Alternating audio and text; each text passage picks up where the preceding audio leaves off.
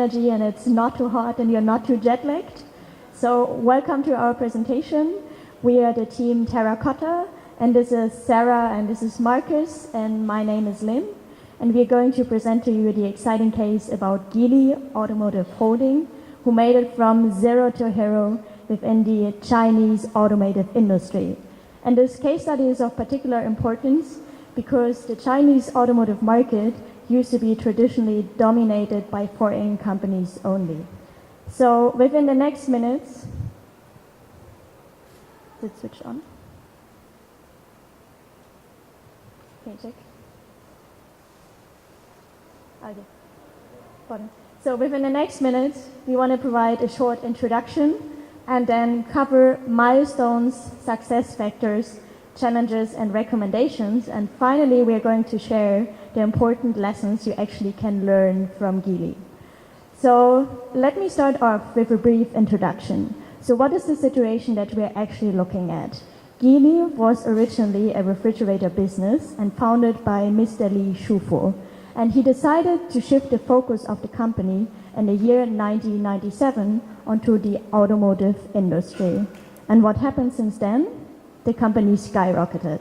That means by the year 2016, they sold 800,000 cars. And last year, they had a revenue of 93 million RMB. The company is right now a global player in the market and positioned such that it has 7 different divisions. And the future of this company is actually looking like it can flourish further because the predicted market in China for cars is expected to grow up to 28 million cars by the year 2025. So how does the structure of this global player look like that you can see here? And let me walk through quickly what are the names and the prominent names that actually associated to Geely that you might not expect from your daily life. So first of all, there's Geely Auto itself.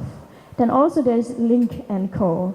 Then there's Volvo, and that the most surprising to me was actually to find out that London Electric Vehicle Company, so the taxi company in London with the remarkable shape, is a product of Geely. Additionally, there is Yangsheng Auto and Proton Cars, and my favorite, the dynamic sports car Lotus. So how did Geely grow to such an international player?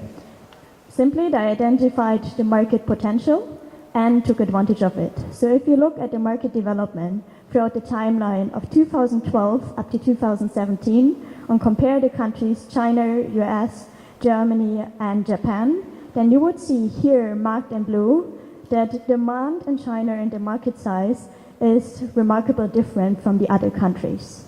So Geely identified this and took advantage of the situation, even facing the feared dominance of the foreign companies within the Chinese market. So if you look at the revenue, their success story is reflected there. So they really grow from zero to hero, starting off with nearly nothing and ending up at a value of 92.8 million revenues in the year 2017. And in particular, I want to point out, throughout the last 2 years, they doubled their revenues twice. So how did they do this? Sarah is going to elucidate this a bit more in detail and talk about the milestones. Thank you, Linn. Now that you've learned a bit more about Geely, I will take you through their trajectory by highlighting 3 main phases that we believe to be fundamental in defining the company that they are today. This will be broken down into 3 parts: the tipping point, change in direction, and beating the costs. Now, the first phase refers to how Geely entered essentially a market from nothing. At the time, in 1990s China, the automotive industry was largely defined by joint ventures. That is, the partnership between foreign companies and domestic, mostly state-owned. The issue is that the reason for that was that the government was largely encouraging this partnership to remedy the long-lasting closed-door policy, which resulted in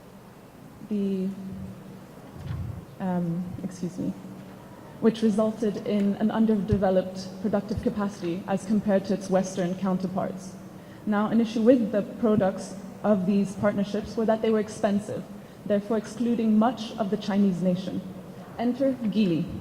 a company that wished to address this failure and offer an affordable car that they now renamed the People's Car. An issue, however, was that they didn't necessarily have the right expertise to do so. So their first car in 1996 actually failed to meet the right standards. However, they did not throw in the towel, but rather they decided to notice the weaknesses and cater to them.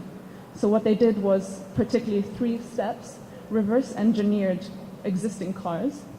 They hired experts of the automotive industry, so veterans from names such as Daimler, and they outsourced key components rather than trying to reinvent the wheel completely.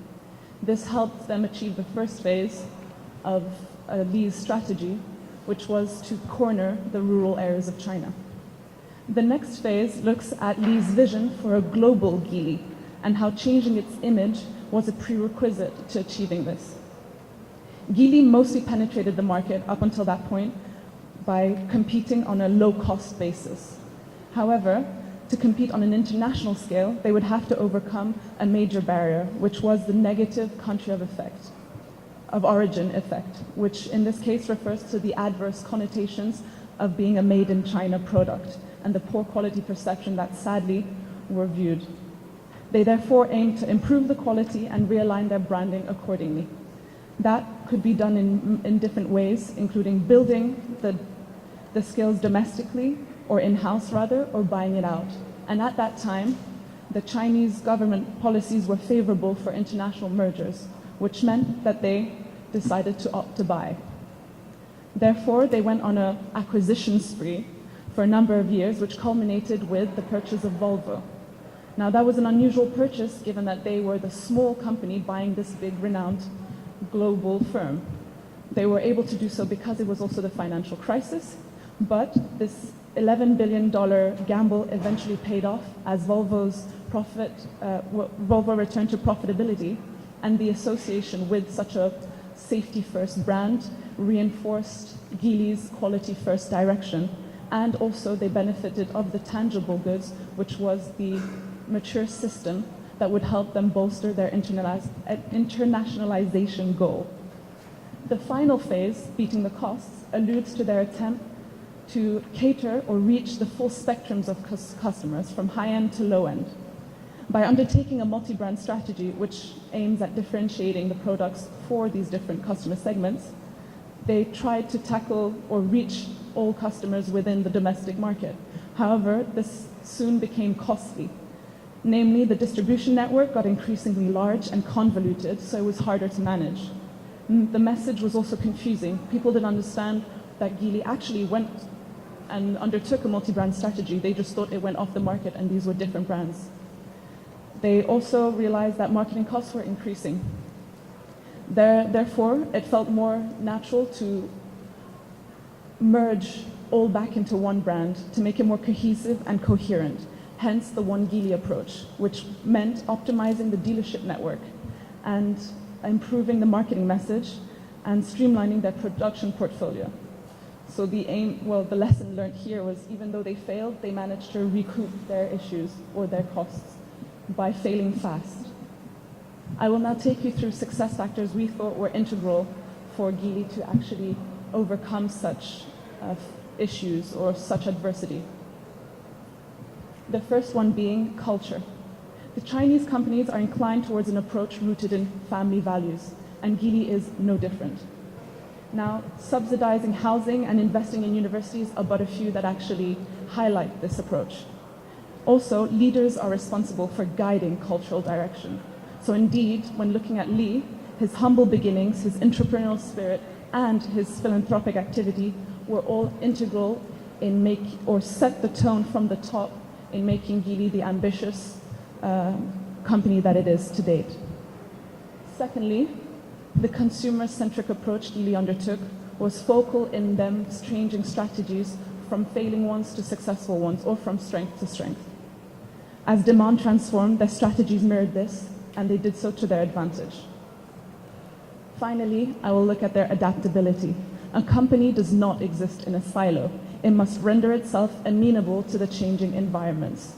And being a company in a tumultuous environment such as the Chinese market, which is changing more rapidly than Western markets, taking advantage of opportunities and failing fast are prerequisites to succeeding in such an environment. And arguably, Geely demonstrated this by taking advantage of the favorable government policies and changing in demand, as well as the booming market. I will now pass it on to my colleague, Markus. Now that Sarah has finished talking about Geely's trajectory to date, I want to focus on some of the things that may lie ahead and challenges that Geely faces.